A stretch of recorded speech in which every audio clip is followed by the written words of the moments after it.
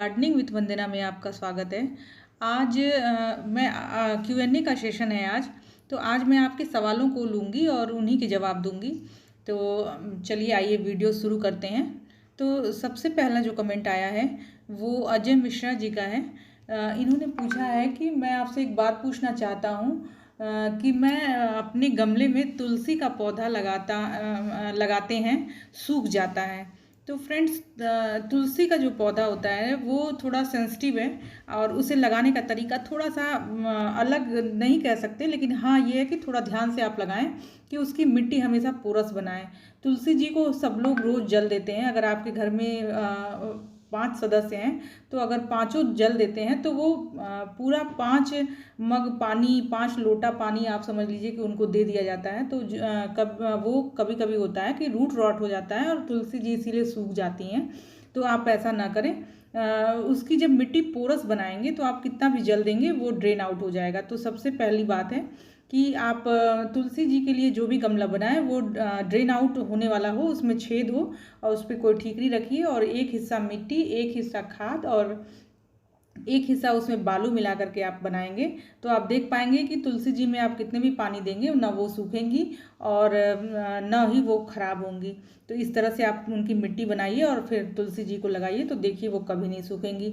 In case अगर आपकी तुलसी जी सूख जाती हैं तो एक और ट्रिक मैं बताती हूँ। ये मैंने कई बार आजमाया है कि आप तुलसी जी के साथ कोई एक और छोटा सा प्लांट उसमें लगा दीजिए। जैसे इस समय गर्मियाँ हैं तो आप मॉस रोज उसमें लगा दीजिए, 3-4 मॉस रोज उसमें लगा दीजिए तो आप फिर देखिए तुलसी जी बहुत अच्छे से अपने आप लगेंगी। तो इस तरह से आप अपने यहाँ तुलसी जी के पौधे को बहुत अच्छे से ग्रो कर सकते हैं। अच्छा फ्रेंड्स, अगला जो सवाल है वो नीलम पाठक जी हैं। ये पूछ रही हैं कि NPK 19-19 और एप्सम सॉल्ट स्प्रे सुबह करना है या शाम को करना है, प्लीज़ बताएं। तो आप किसी भी समय फ्रेंड्स कर सकते हैं। वैसे गर्मियों के मौसम में शाम को करें तो ज़्यादा अच्छा रहता है। और इसके साथ ही अगला जो सवाल है वो मी एंड माई फैमिली से है। इन्होंने लिखा है कि वेरी नाइस इन्फॉर्मेशन मैम, आप बहुत अच्छे से एक्सप्लेन करती हैं। मैं बहुत सारा गार्डनिंग वीडियो देखती हूँ पर मुझे आपका वीडियो बहुत अच्छा लगता है और आप सारा इन्फॉर्मेशन सही देती हैं। तो फ्रेंड्स, थैंक यू इसके लिए। मी एंड माई फैमिली से आप जो भी हैं तो आपको बहुत बहुत धन्यवाद है। और सही इन्फॉर्मेशन देनी भी चाहिए। मुझे जैसा लगता है कि फेलियर सबसे होता है और अच्छा भी सब कोई कर सकता है। दोनों ही चीज़ें होती हैं। हमसे कोई भी प्लांट कभी कभी होता है कि हम नहीं लगा पाते हैं तो उसमें भी कोई बुराई नहीं है, और अगर हम अच्छा ग्रो करते हैं तो वो तो और अच्छी बात है ही। तो उसके लिए थैंक यू। और अगला जो सवाल है वो बिंदु निर्मल जी का है। इन्होंने लिखा है कि जय श्री कृष्णा मैम, मुझे बहुत अच्छा लगा, आप सभी सवालों का बहुत अच्छे से जवाब देते हो। भगवान हमेशा आपको खुश रखे। तो बहुत बहुत थैंक यू, आपका आशीर्वाद हम सबको लगे। अगला सवाल जो है वो टी भट्टाचार्य जी का है। इन्होंने पूछा है कि my NPK 19-19-19 is blue in colour and your is pink in colour, are they both same. तो जी हाँ, एकदम सेम है वो।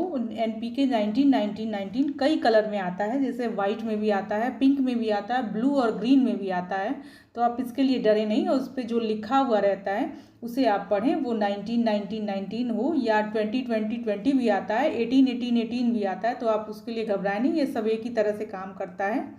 और अगला जो सवाल है फ्रेंड्स वो जैस्मीन रोज से है। इन्होंने लिखा है कि hi, your plants look healthy, I am from south India, could you please add English subtitle.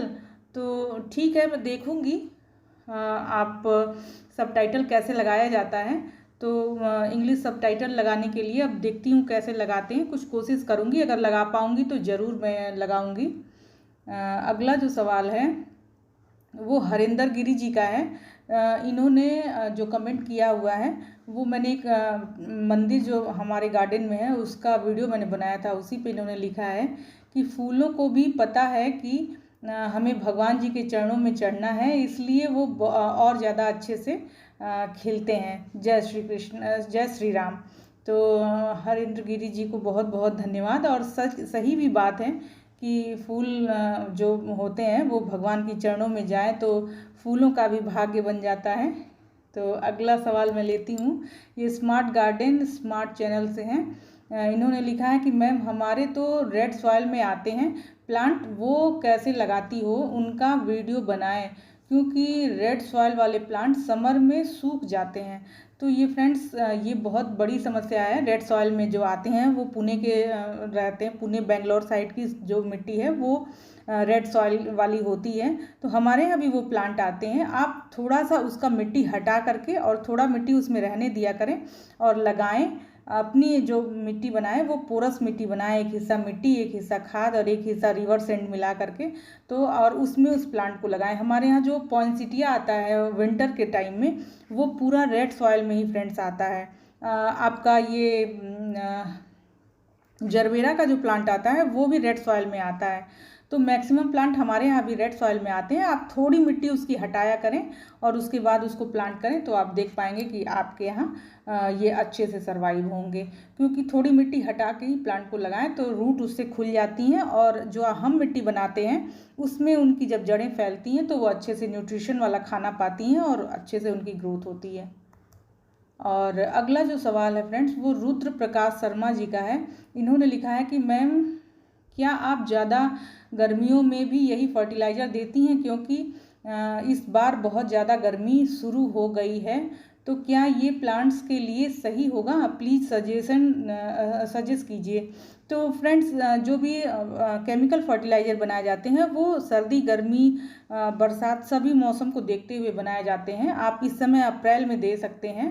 जो मैंने फर्टिलाइज़र बनाया गुड़हल प्लांट के को जो फर्टिलाइज़र दिया था, ये प्रश्न उसी पे पूछा गया है, तो आप दीजिए। आप बिल्कुल घबराइए नहीं कि प्लांट्स आपके जलेंगे नहीं। आप मात्रा हमेशा कम कर देनी चाहिए।